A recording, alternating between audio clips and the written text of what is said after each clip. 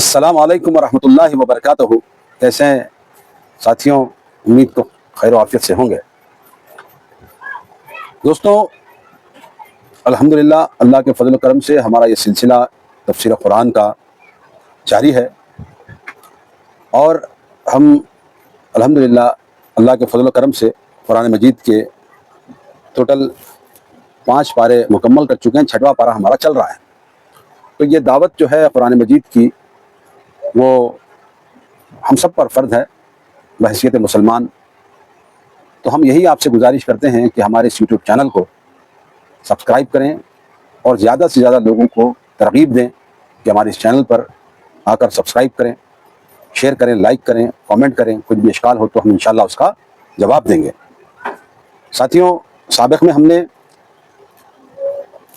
سورۃ المائدہ کی 1 سے 9 آیت تک ہم نے اپنا درس مکمل کیا تھا۔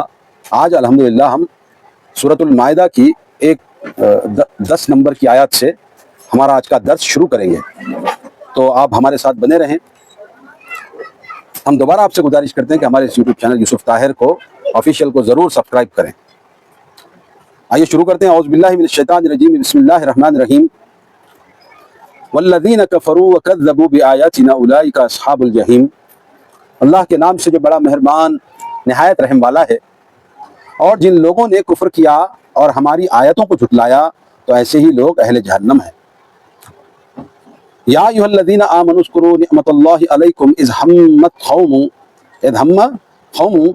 ان یبسطوا الیکم ایدیہم فکف ایدیہم عنکم واتقوا اللہ وعلی اللہ فلیتوکل المؤمنون۔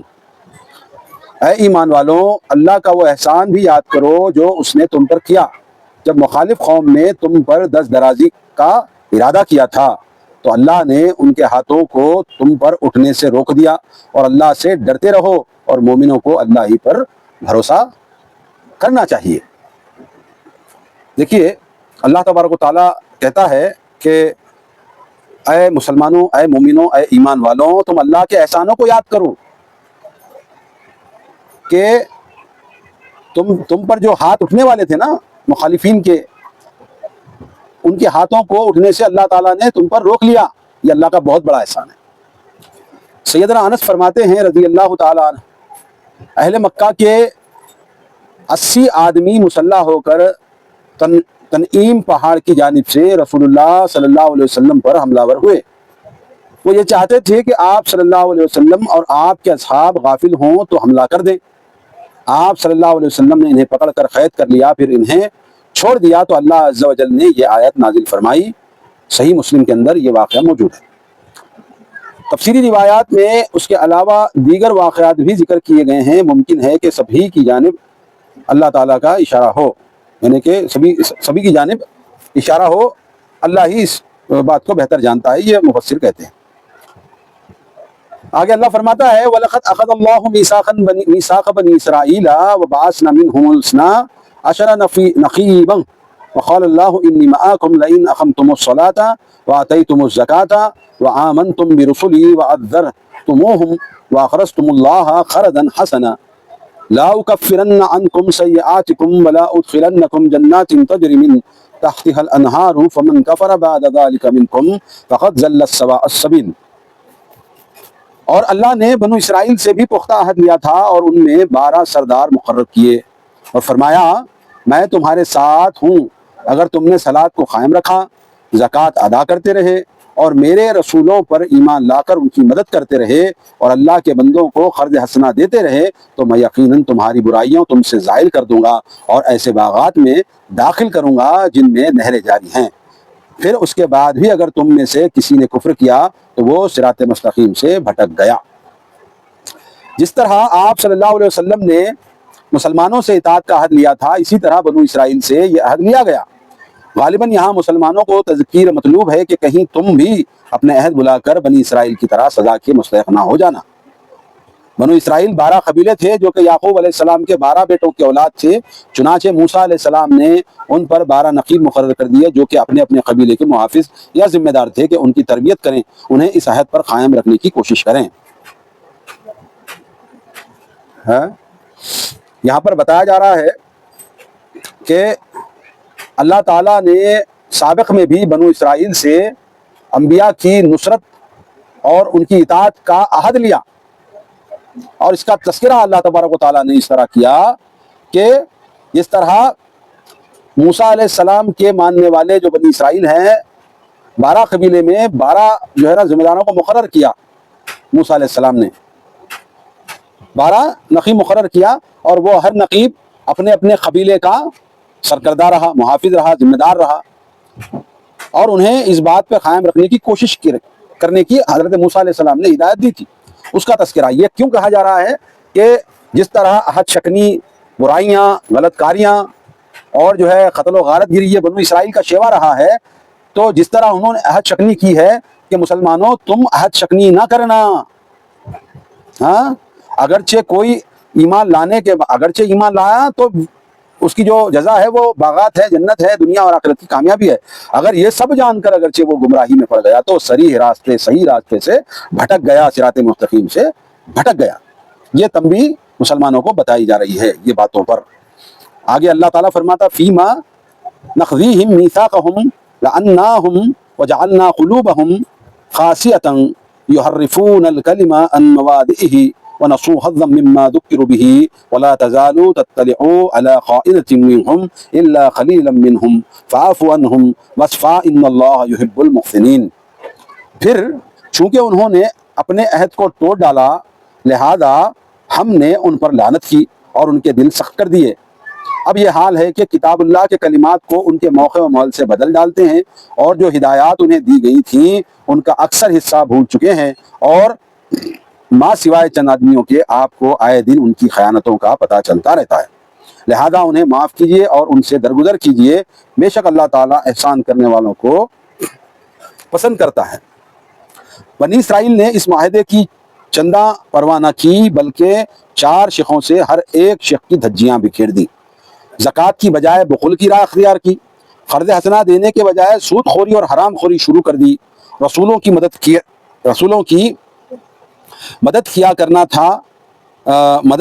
کیا کرنا تھی، کئی انبیاء کو ناحق قتل کر دیا، مسلسل خباثتوں ضد اور ہر دھرمی کی بنا پہ ان کے دل حق قبول کرنے کی صلاحیت سے عاری ہو گئے، آپس میں محبت اور الفت کی بجائے ان میں خود غرضی، سنگ دلی اور باہمی منافرت نے راہ پالی۔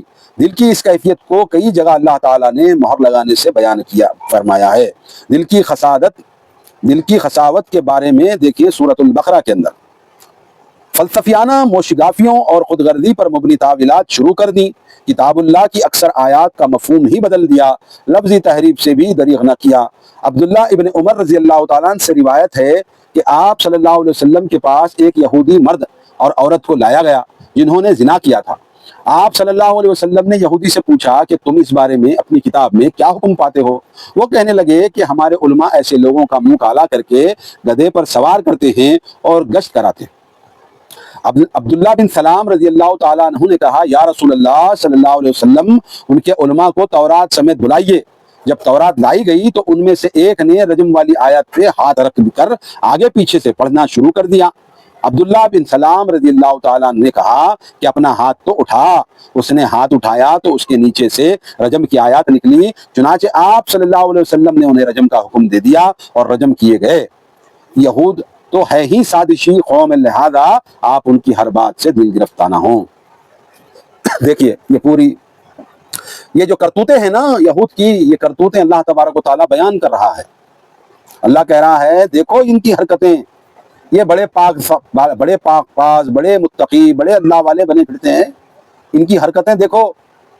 یہ کتاب کے اوپر ہاتھ رکھ کے رسول اللہ صلی اللہ علیہ وسلم کے سامنے چھپانے لگے، آگے کی اور پیچھے کی آیات پڑھنے لگے، مگر رجم والی جو جس کو رجم کس سے کہتے ہیں؟ رجم کہتے ہیں کہ کوئی شادی شدہ مرد اور عورت دونوں بھی شادی شدہ ہے تو ان دونوں نے اگرچہ زنا کیا، دخول ہو گیا، زنا ہو گیا، تو اس کی سزا اسلام نے رجم کا حکم دیا۔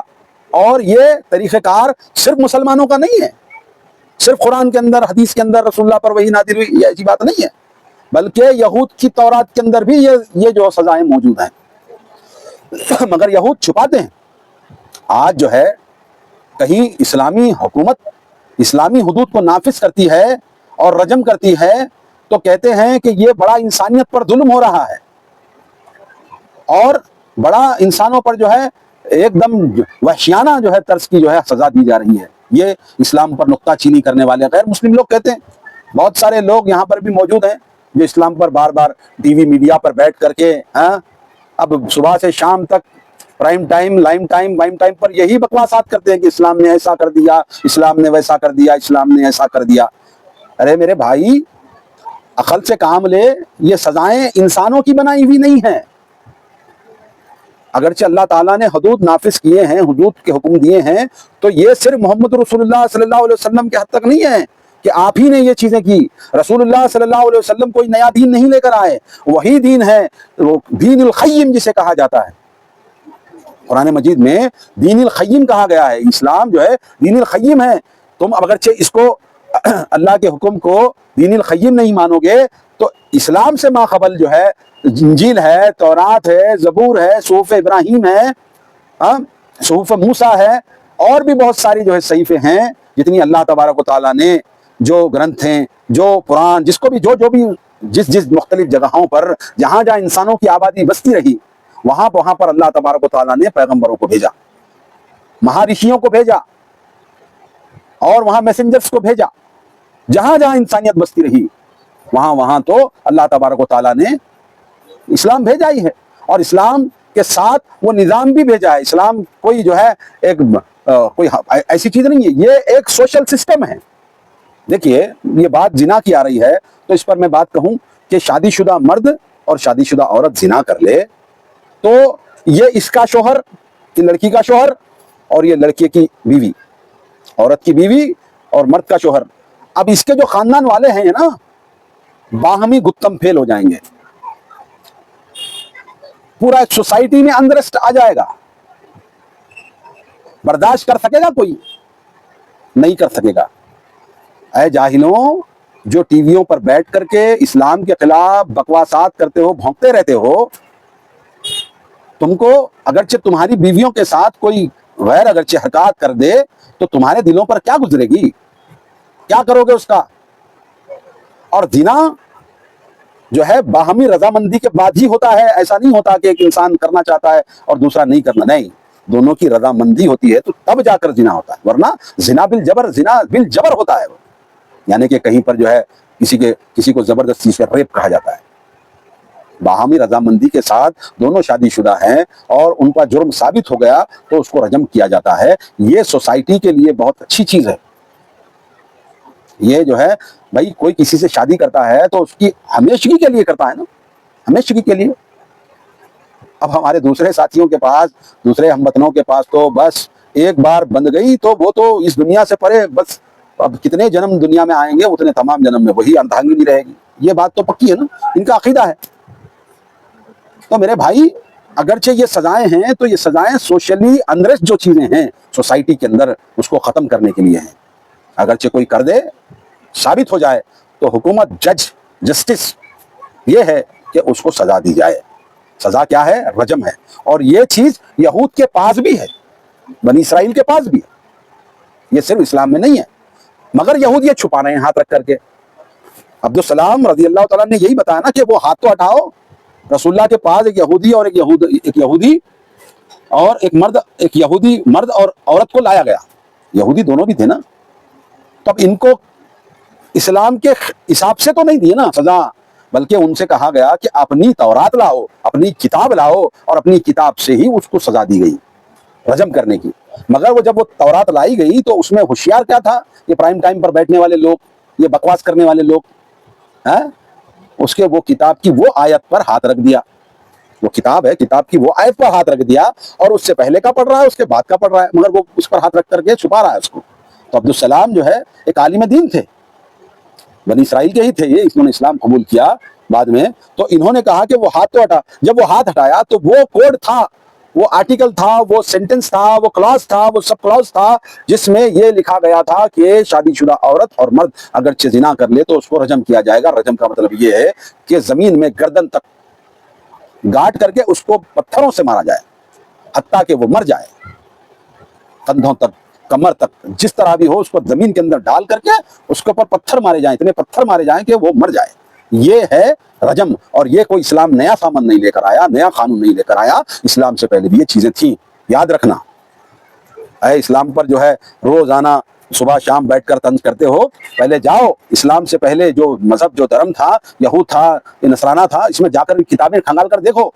محمد رسول اللہ نے کوئی نیا دین لے کر نہیں آئے، بلکہ آپ نے جو دین اللہ تعالیٰ نے آدم سے لے کے عیسیٰ علیہ السلام تک دین بھیجا، وہ دین کو تکمیل کرنے، صحیح شکل و صورت کے ساتھ مکمل اور کامل کرنے کے بک کمپلیٹ کرنے آئے. سمجھے؟ یہ ہے، کوئی نیا دین نہیں لے کر آئے. اب تم اس کو یہودی نام دو. محمد رسول اللہ سے پہلے، اسلام سے پہلے کوئی یہودی بن گیا، کوئی نصرانی بن گیا، کوئی جو ہے صابی بن گیا، کوئی مجوسی بن گیا. یہ تم نے نام دیے ہیں، یہ اللہ تعالیٰ نے نام نہیں دیے. یہ تم نے اپنے نام بنا لیے کہ بھائی ہم یہود ہیں، ہم نصرانی ہیں، ہم مجوسی ہیں، ہم صابی ہیں، ہم فلاں ہیں.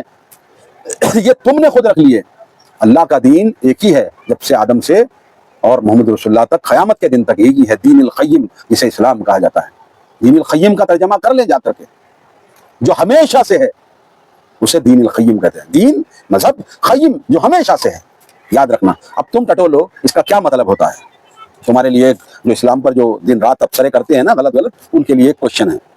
آگے اللہ فرماتا وَمِنَ الَّذِينَ قَالُوا إِنَّا نَصَارَىٰ أَخَذْنَا مِيثَاقَهُمْ فَنَسُوا حَظًّا مِّمَّا ذُكِّرُوا بِهِ فَأَغْرَيْنَا بَيْنَهُمُ الْعَدَاوَةَ وَالْبَغْضَاءَ إِلَىٰ يَوْمِ الْقِيَامَةِ وَسَوْفَ يُنَبِّئُهُمُ اللَّهُ بِمَا كَانُوا يَصْنَعُونَ. اللہ فرماتا ہے اسی طرح ہم نے ان لوگوں سے بھی پختہ عہد لیا تھا جنہوں نے کہا تھا کہ ہم نصارہ ہیں. دیکھیے ہم نصارہ ہیں، انہیں بھی جو ہدایات دی گئی تھیں ان کا اکثر حصہ انہوں نے بھلا دیا، جس کے نتیجے میں ہم نے ان کے درمیان قیامت تک دشمنی اور کینہ کا بیج بو دیا، اور ان قریب اللہ انہیں وہ سب کچھ بتلا دے گا جو وہ کرتے رہے. دیکھیے اللہ فرماتا ہے، بسم اللہ،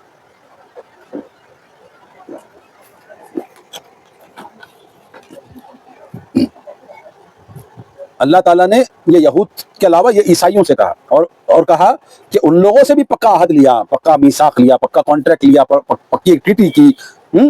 عیسائیوں کو نصارہ کہنا قرآن مجید کے اعلیٰ ذوق کی ایک دلیل ہے. عیسیٰ علیہ السلام کی پیدائش فلسطین کے شہر نزرت میں ہوئی. اس بنا پہ عیسیٰ علیہ السلام کے پیروکاروں کو نازارنس کہا جانے لگا. نازارنس کہا جانے لگا. اس میں یہودی پیش تھے. اب ظاہر بات ہے کہ علاقائی نسبت کسی دین کے لیے اچھی بنیاد نہیں سمجھی جاتی، بلکہ دین تو آفاقی ہوتا ہے جیسا کہ اسلام ہے.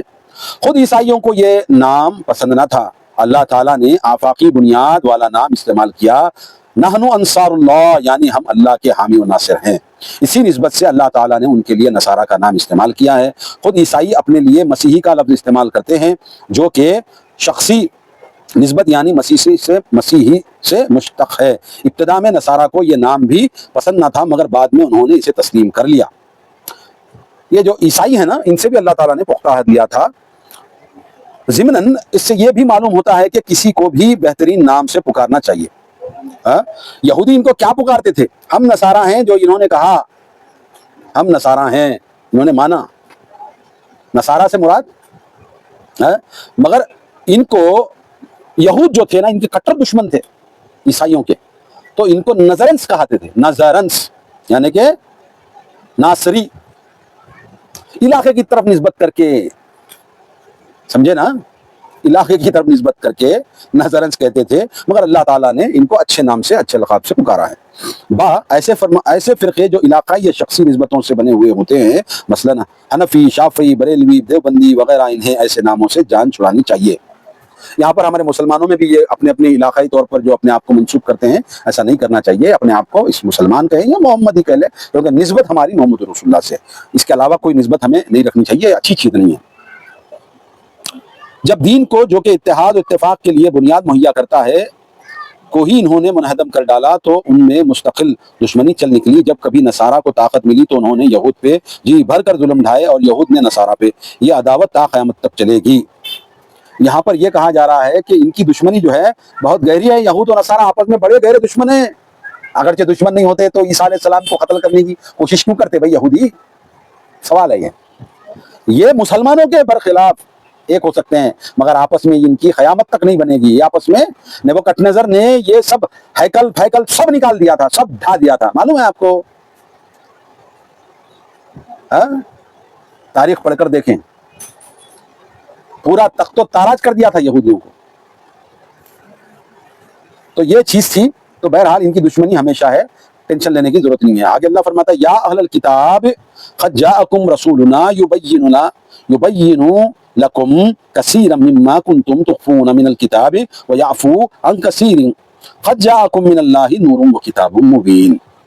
اے اہل کتاب، تمہارے پاس ہمارا رسول آ چکا ہے جو تمہاری ان بہت سی باتوں کی وضاحت کر دیتا ہے جو تم کتاب سے چھپا جاتے ہو، اور بہت سی باتوں کو چھوڑ بھی دیتا ہے۔ اب تمہارے پاس اللہ کی طرف سے نور اور ایسی واضح کتاب آ چکی ہے۔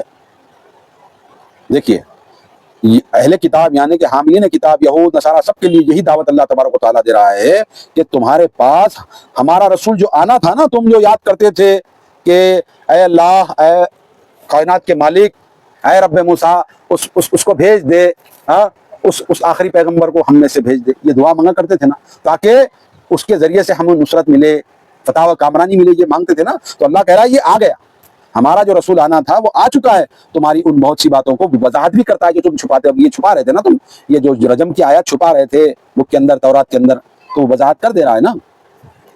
یہاں نور سے مراد نور ہدایت ہے یا شریعت ہدایت، یعنی کہ جو قد جاءکم من اللہ نور و کتاب مبین ہے، تو یہ کتاب مبین سے مراد تو قرآن مجید ہے، اور اس کے علاوہ احادیث ہے، رسول اللہ صلی اللہ علیہ وسلم کی سنت ہے، آپ کا طور طریقہ ہے، اس کو اللہ تبارک و تعالیٰ نے نازل کر دیا اور واضح کتاب آ چکی ہے، یہ اللہ تبارک و تعالیٰ نے بتا دیا ہے۔ اللہ تبارک و تعالیٰ آگے فرماتا ہے یہدی بہ اللہ من اتبع رضوانہ سبل السلام ویخرجہم من الظلمات الی النور باذنہ ویہدیہم الی صراط مستقیم، جس کے ذریعے اللہ تبارک و تعالیٰ ان لوگوں کو سلامتی کی راہیں دکھلاتا ہے جو اس کی رضا کی اتباع کرتے ہیں، اور انہیں اپنے اذن سے اندھیروں سے نکال کر روشنی کی طرف لے جاتا ہے اور صراط مستقیم کی طرف ان کی رہنمائی کرتا ہے۔ اللہ تبارک و تعالیٰ کہہ رہا ہے کہ یہ جو قد جاءکم من اللہ نور و کتاب مبین ہے نا، یہ اندھیروں سے نکال کر کے روشنی کی طرف، ضلالت، شرک، گمراہی، قبر پرستی، بت پرستی، انسان پرستی، بابا پرستی، یہ ساری چیزوں سے نکال کر یہ اللہ کی کتاب اللہ کی طرف لاتی ہے، رسول اللہ کی طرف لاتی ہے، دین قیم کی طرف لاتی ہے، دین اسلام کی طرف لاتی ہے۔ اندھیرا ہے وہ شرک و بدعت، گمراہی، نکلو مسلمانوں، تم بھی یہود و نصارہ کی طرح اسی میں پڑے ہو، نکلو، یہ کتاب آ چکی، رسول آ چکے ہیں، رسول نے مکمل دین ہمیں دے چکے ہیں، پھر بھی تم یہاں پر کبھی اس جگہ ٹھوکر کھاتے ہو، کبھی اس جگہ ٹھوکر کھاتے ہو۔ اللہ سے ڈرو، قیامت کا دن قائم ہوگا، اور تم جس کو پکارتے ہو نا اللہ کے علاوہ، وہ تمہارے صاف انکاری ہو جائیں گے۔ آج جس کے تم قدم بوسی کے نام پر چومتے اور چاٹتے ہو نا، وہ انکاری ہو جائیں گے، سمجھے؟ آگے اللہ فرماتا ہے لقد کفر الذین قالوا ان اللہ هو المسیح ابن مریم قل فمن یملک من اللہ شیئا ان اراد ان یخلق المسیح ابن مریم امہ ومن فی الارض جميعا وللہ ملک السماوات والارض وما بینہما یخلق ما یشاء واللہ علی کل شیء قدیر۔ یقیناً وہ لوگ کافر ہیں جنہوں نے کہا کہ مسیح ابن مریم ہی اللہ ہیں۔ آپ ان سے پوچھئے کہ کسی کی کیا مجال ہے کہ اللہ کو اس کے ارادے سے روکے؟ اگر اللہ تعالیٰ مسیح ابن مریم اور اس کی والدہ کو اور جو کچھ زمین میں ہے ان سب کو ہلاک کرنے کا ارادہ کر لے، اور جو کچھ آسمان و زمین اور ان کے درمیان ہے سب اللہ ہی کی ملکیت ہے، وہ جو کچھ چاہتا ہے پیدا کرتا ہے، اور اللہ تعالیٰ ہر چیز پر قادر ہے۔ اے جاہلوں، اللہ کو چھوڑ کر کے مسیح ابن مریم اور اس کی ماں کی عبادت کرتے ہو، مسیح کو اللہ کا بیٹا کہتے ہو، تو جان لو اگرچہ عیسیٰ ابن مریم اور اس کی ماں کو اگرچہ اللہ تعالیٰ اور جو کچھ زمین میں ہے ان سب کو ہلاک کرنے کا ارادہ کر لے، اس سے ایک بات ثابت ہو رہی ہے کہ اللہ تبارک و تعالیٰ جو ارادہ کرتا ہے نا، وہ کن کہتا ہے ہو جا تو ہو جاتی ہے۔ جب یہ اگرچہ کر ڈالے تو کون ہے تمہیں اللہ کے قہر سے بچانے والا؟ سوال۔ یہاں کافر سے مراد نصارہ ہیں جنہوں نے اب یعنی باپ اور رب یعنی رب کائنات کے معنی و مفہوم متعین کرنے میں غلطی کھائی، اور پھر اس غلطی میں دور تک چلے گئے۔ ویسے والد بھی ظاہر کی طور پہ اولاد کے رزق، تعلیم اور نشو و نما کا ذمہ دار ہوتا ہے۔ ابتدا میں مجازی طور پہ رب کے لیے اب اور اس کے نیک بندوں کے لیے بیٹا سن کا لفظ استعمال کیا گیا، بعد میں اس سے حقیقی معنی و مفہوم مراد لے لیے گئے۔ اب انجیل کا کوئی نسخہ اصل زبان میں دستیاب ہی نہیں ہے جس سے وہ اپنی غلطی کی اصلاح کر سکیں۔ اس سے قرآن پاک کے اصل متن کو ترجمے کے ساتھ رکھنے کی ضرورت و اہمیت کا اندازہ بھی ہو جاتا ہے۔ اللہ تعالیٰ نے نہ صرف قرآن مجید کی حفاظت کی ہے بلکہ یہ حفاظت مؤثر رکھنے کے لیے خود عربی لسان کی حفاظت بھی فرمائی ہے۔ 1400 سال گزرنے کے بعد بھی عربی کے وہی لہجے مروج ہیں۔ یہ قرآن کے معجزوں میں سے ایک معجزہ ہے۔ چنانچہ عیسائی ایسی گمراہی میں دور تک چلے گئے ہیں، کسی نے کہا کہ اللہ تعالیٰ عیسیٰ کے جسم میں حلول کر گیا ہے، کسی نے انہیں ابن اللہ قرار دیا، اور کسی نے کہا کہ اللہ ایک نہیں بلکہ تین ہے اور تینوں ہی ازلی و ابدی ہیں، اللہ، عیسیٰ علیہ السلام اور روح القدس بھی، پھر یہ تینوں کا مل کر بھی ایک الہی بنا ہے۔ یہ ایسے جاہل عقیدے عیسائی رکھتے ہیں۔ اس کی وجہ کیا ہے؟ اس کی وجہ یہی ہے کہ عیسیٰ علیہ السلام کے پیروکاروں نے انجیل کی جس طرح مسلمانوں نے حفاظت کی، اللہ تعالیٰ نے اس کا ذمہ لیا، مسلمانوں نے حفاظت کی، اس طرح عیسائیوں نے ایسا نہیں، ایڈیشن پہ ایڈیشن، بدل پہ بدل، تبدیلی پہ تبدیلی، چینجنگ پر چینجنگ کرتے رہے۔ اس لیے ان کا مفہوم ایک جیسا نہیں رہا۔ اگرچہ کوئی پالنے والا ہے کہ بیٹے کو باپ پالتا ہے، اصل پالنہار تو اللہ ہے، مگر کہتے ہیں کہ بیٹے کو باپ پالتا ہے، گھر کو باپ پالتا ہے، پالنہار یہی ہے۔ یہ مزاجی ہے، ٹھیک ہے۔ حقیقی پالنہار کون ہے؟ اللہ تعالیٰ ہے۔ تو انہوں نے ایسی چیزوں کو، جہاں پر آج کی موجودہ انجیل میں سن کہہ کر جو پکارا گیا وہ بنی اسرائیل کو بھی پکارا گیا ہے، صرف عیسیٰ کو نہیں پکارا گیا ہے۔ ہاں، او مائی سن، او مائی سن، ہے سن، یہ جو جتنی بھی انجیل کی جو میرے پاس انجیل ہے رکھی ہوئی، تو اس میں میں بھی نکال کر دکھاتا ہوں۔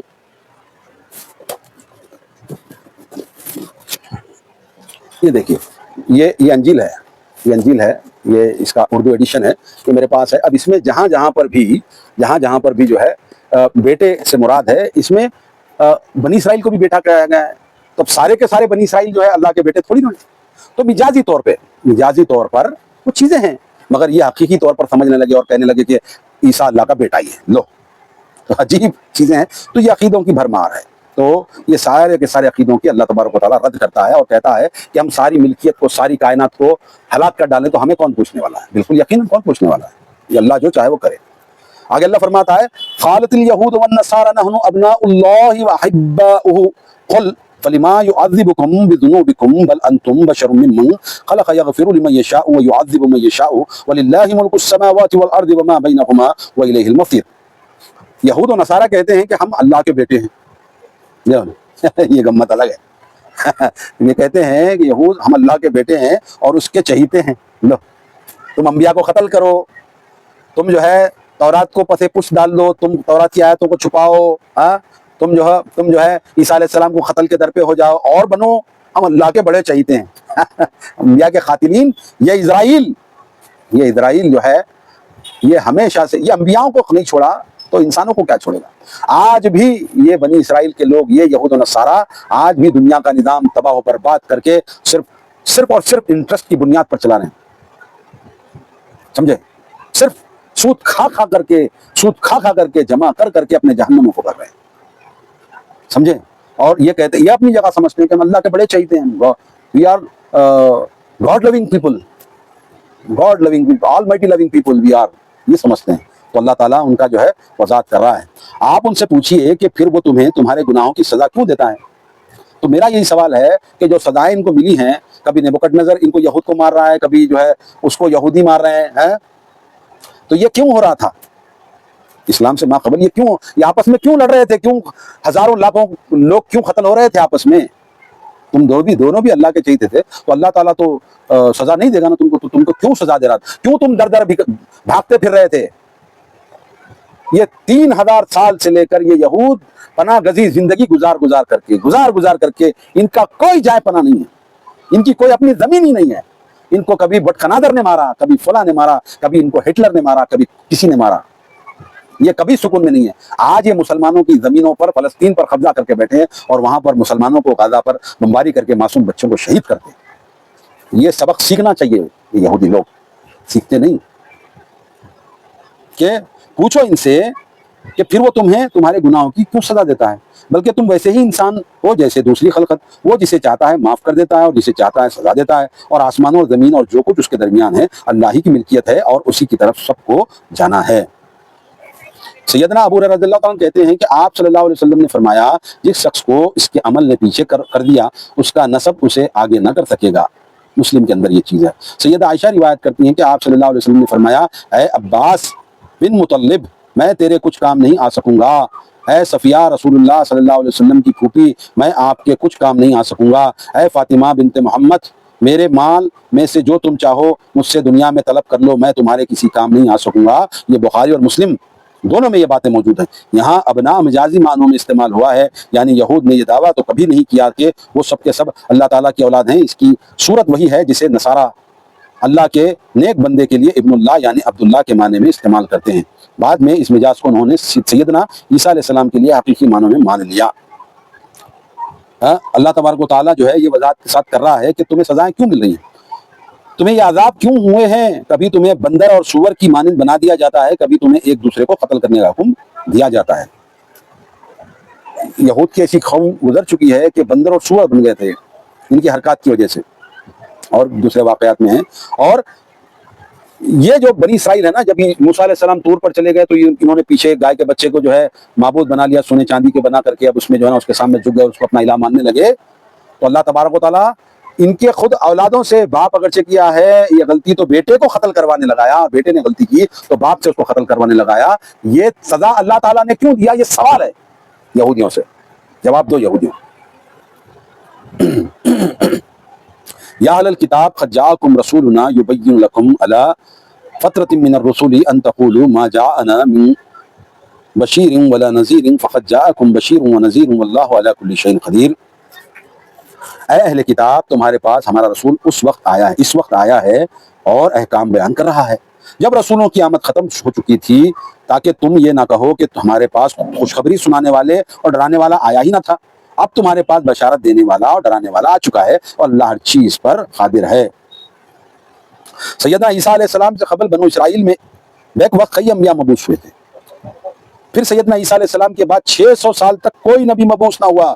تو بنو اسرائیل نبی کے آنے کی حسرت کرتے اور مشرکین سے کہتے کہ جب نبی آخر الزماں آئے گا تو ہم اس کے ساتھ ہو کر تم پر غلبہ حاصل کریں گے۔ فترہ کا معنی ایک زمانہ یا ایک مدت، یعنی ایک مدت بعد یہ نبی تمہارے پاس آیا ہے۔ اللہ تبارک و تعالیٰ کہتا ہے کہ جس نبی کے بارے میں تم یہ گمان رکھتے تھے نا کہ وہ جب آئے گا تو تم مل کر کے یہ جو عرب ہے جو عجم ہے یہ سب پر ہم غالب آ جائیں گے، یہ تم کہا کرتے تھے نا محمد رسول اللہ کی رسالت سے پہلے، اب یہ رسول ہم نے بھیج دیا ہے جو تمہیں بشیر اور نذیر بن کر کے آیا ہے، ایمان لاؤ اس پر، اب کیوں نہیں مانتے؟ یہ بھی ایک سوال ہے۔ آگے اللہ فرماتا ہے وَإِذْ قَالَ مُوسَىٰ لِقَوْمِهِ يَا قَوْمِ اذْكُرُوا نِعْمَةَ اللَّهِ عَلَيْكُمْ إِذْ جَعَلَ فِيكُمْ أَنْبِيَاءَ وَجَعَلَكُمْ مُلُوكًا وَآتَاكُمْ مَا لَمْ يُؤْتِ أَحَدًا مِّنَ الْعَالَمِينَ۔ اور وہ وقت یاد کرو جب موسیٰ نے اپنی قوم سے کہا اے میری قوم اللہ کے اس احسان کو یاد کرو جو اس نے تم پر کیا، جبکہ اس نے تم میں کئی نبی پیدا کیے اور کئی بادشاہ بنائے اور تمہیں وہ کچھ دیا جو اقوام عالم میں سے کسی کو نہ دیا تھا۔ بنو اسرائیل میں اللہ تعالیٰ نے کثرت سے انبیاء بھیجے اور کئی نبی بادشاہ بھی تھے، جیسے سیدنا سلیمان علیہ السلام۔ علاوہ اللہ تعالیٰ نے طالوت کو بھی بادشاہی کے لیے منتخب کیا تھا۔ اس سے معلوم ہوا کہ بادشاہت کو علی الاطلاق برا سمجھنا غلطی ہے۔ اگر بادشاہ اللہ سے ڈرنے والا اور انصاف کرنے والا ہو تو اس میں کچھ خرابی نہیں۔ اہل مغرب نے جمہوریت کو جس طرح سے مسلمانوں کے ذہنوں پہ ایک طاغوت کی شکل میں مسلط کر دیا ہے اس میں درج ذیل اعتراضات وارد ہوتے ہیں۔ الف، کیا شرعی اعتبار سے حکومت حاصل کرنے کی آرزو کرنا درست ہے؟ کیا اسلام میں سیاسی پارٹیاں خاص طور پہ حزب اختلاف یعنی اپوزیشن اور حزب اقتدار یعنی پوزیشن کی گنجائش ہے؟ کیا ایک جاہل آدمی اور ایک عالم دین متقی دیندار کے ووٹ کی قیمت برابر ہو سکتی ہے؟ یہ خاص طور پہ کیا وہ جاہل آدمیوں کی وقات ایک متقی اور دیندار آدمیوں سے زیادہ ہو سکتی ہے؟ دال، کیا اکثریت کی بنیاد پہ فیصلہ کرنا ضروری ہے؟ اگر ایسا ہے تو صدیق اکبر نے سریہ اسامہ کی روانگی اور مانعین زکوٰۃ سے جنگ کرنے کا فیصلہ کس بنیاد پہ کیا تھا؟ دیکھیں مولانا عبد الرحمن کیلانی کی کتاب خلافت و جمہوریت۔ یعنی کہ یہ سوال آ رہا ہے کہ اے موسیٰ کے ماننے والوں، ہم نے تمہیں ایسی نعمتیں دی تھیں کہ اقوام عالم میں کسی کو ایسی نعمتیں نہیں دی کہ تمہیں ہم نے کنٹینیوس نبیوں کو بھیجا جنہیں تم نے قتل کر ڈالا. تم قتل کرتے رہے, بھیجتے رہے, تم پر نعمت نازل کی, تمہیں من و سلوہ اتارا, تمہیں ایک تو سلیمان علیہ السلام جیسا ساری کائنات سے بالا تر ایسی حکومت جو قیامت تک کسی کی نہیں ہوگی, ویسا جو ہے تمہیں بادشاہ اور نبی بنا کر کے سلیمان کو دیا, تم ہی کو دیا. اس کے علاوہ طالوت کو بھی بادشاہ بنایا, وہ بھی تمہیں کو دیا, اور ایسی ایسی نعمتیں دی جو کسی اقوام عالم میں کسی کو نہیں دی, پھر بھی تم ناشکر ہو اللہ کے. یا قوم ادخلوا الارض المقدسۃ التي كتب الله لكم ولا ترتدوا على ادباركم فتنقلبوا خاسرين. قالوا يا موسى إن فيها قوم جبارين وإنا لن ندخلها حتى يخرجوا منها فإن يخرجوا منها فإنا داخلون. قال رجلان من الذين يخافون أنعم الله عليهم ادخلوا عليهم الباب فإذا دخلتموه فإنكم غالبون وعلى الله فتوكلوا إن كنتم مؤمنين. اے میری قوم, جب موسیٰ نے کہا اے میری قوم اس پاک سرزمین میں داخل ہو جاؤ جو اللہ نے تمہارے لیے مقدر کر رکھی ہے, اور پیچھے نہ ہٹو ورنہ نقصان اٹھا کر لوٹو گے. تو وہ کہنے لگے, موسیٰ نے جب کہا اے میری قوم اس پاک سرزمین میں, جب رہنما کہتا ہے اس پاک سرزمین میں داخل ہو جاؤ پیچھے مت ہٹو, تو تمہارا کیا کام تھا کہ تم داخل ہونا تھا. وہ کہنے لگے موسیٰ وہاں تو بڑے بڑے زوراور لوگ رہتے ہیں. موسیٰ سے کہا کہ وہاں تو بڑے بڑے ڈینجرس لوگ ہیں, ہم وہاں جائیں, نہیں جاتے ہم. یہ یہود قوم اتنی بزدل قوم کہنے لگے موسیٰ وہاں تو بڑے بڑے زوراور لوگ رہتے ہیں, جب تک وہ وہاں سے نکل نہ جائیں ہم تو وہاں بھی نہ جائیں گے. ہاں اگر وہاں سے نکل جائیں تو ہم داخل ہونے کو تیار ہیں. دیکھو یہ ہیلا, یہ بہانہ کہ جب اللہ تعالیٰ کہہ رہا ہے رسول کے ذریعے سے, موسیٰ کے ذریعے سے کہ اس شہر میں داخل ہو جاؤ, اللہ تمہیں غالب کرے گا, تو یہ کہہ رہے ہیں کہ وہاں تو بڑے بڑے ڈینجرس لوگ ہیں. ہاں بڑے لوگ ہیں بھائی, وہاں تو فلاں چیزیں ہیں. یہ یہودیوں کے ہیلے. اللہ تبارک و تعالیٰ یہ وضاحت کے ساتھ ان کے بہانے بتا رہا ہے. اور جو لوگ اللہ سے ڈرتے تھے ان میں سے دو آدمیوں نے جن کو اللہ نے اپنی نعمت سے نوازا تھا, کہا ان کے مقابلے کے لیے دروازے میں داخل ہو جاؤ, پھر جب تم اس میں داخل ہوگے تو پھر تم ہی غالب رہو گے, اور اگر تم ایمان لاتے ہو تو اللہ تعالیٰ ہی پر توکل کرو. اس میں سے دو آدمیوں نے جو نیک متقی تھے انہوں نے کہا کہ داخل ہو جاؤ, اور اللہ تعالیٰ اپنی نعمت سے نوازے گا. بہرحال بہت ساری چیزیں جو ہے ان کو جو ہے سمجھایا گا, من و سلوہ, بادلوں کا سایہ, فرعون سے نجات وغیرہ, یوسف علیہ السلام کے ذریعے مصر کی بادشاہت وغیرہ, یہ سارے کے سارے بنی اسرائیل کے لیے اللہ تبارک و تعالیٰ نے نعمتیں دی تھی. ارض مقدس سے مراد فلسطین ہے جو کہ یعقوب علیہ السلام اور ان کی اولاد کا سکن ہے. ہاں تو میں بتا رہا تھا, وہ کہنے لگے تھے موسیٰ تمہارے جو ہے ساتھیاں جا کے جو ہے لڑو, وہاں پر جو ہے بہت ڈینجرس لوگ رہتے ہیں. تو ان میں سے دو لوگوں نے, اور جو لوگ اللہ سے ڈرتے تھے ان میں سے دو آدمیوں نے, تعداد ہے دو آدمیوں نے جو ہے جن کو اللہ نے اپنی نعمت سے نوازا تھا, کہا ان کے مقابلے کے لیے دروازے میں داخل ہو جاؤ, پھر جب تم اس میں داخل ہوگے تو پھر تم ہی غالب رہو گے, اور اگر تم ایمان لاتے ہو تو اللہ تعالیٰ ہی پر توکل کرو. یعنی کہ اللہ تبارک و تعالیٰ نے, میرا کہنے کا مطلب یہی ہے کہ یہ جو یہود و نصارہ جو بنی اسرائیل جو ہے یہ لوگ بڑے بزدل لوگ ہیں, انہوں نے کبھی بھی سیدھا جو ہے آمنے سامنے کا مقابلہ نہیں کیا.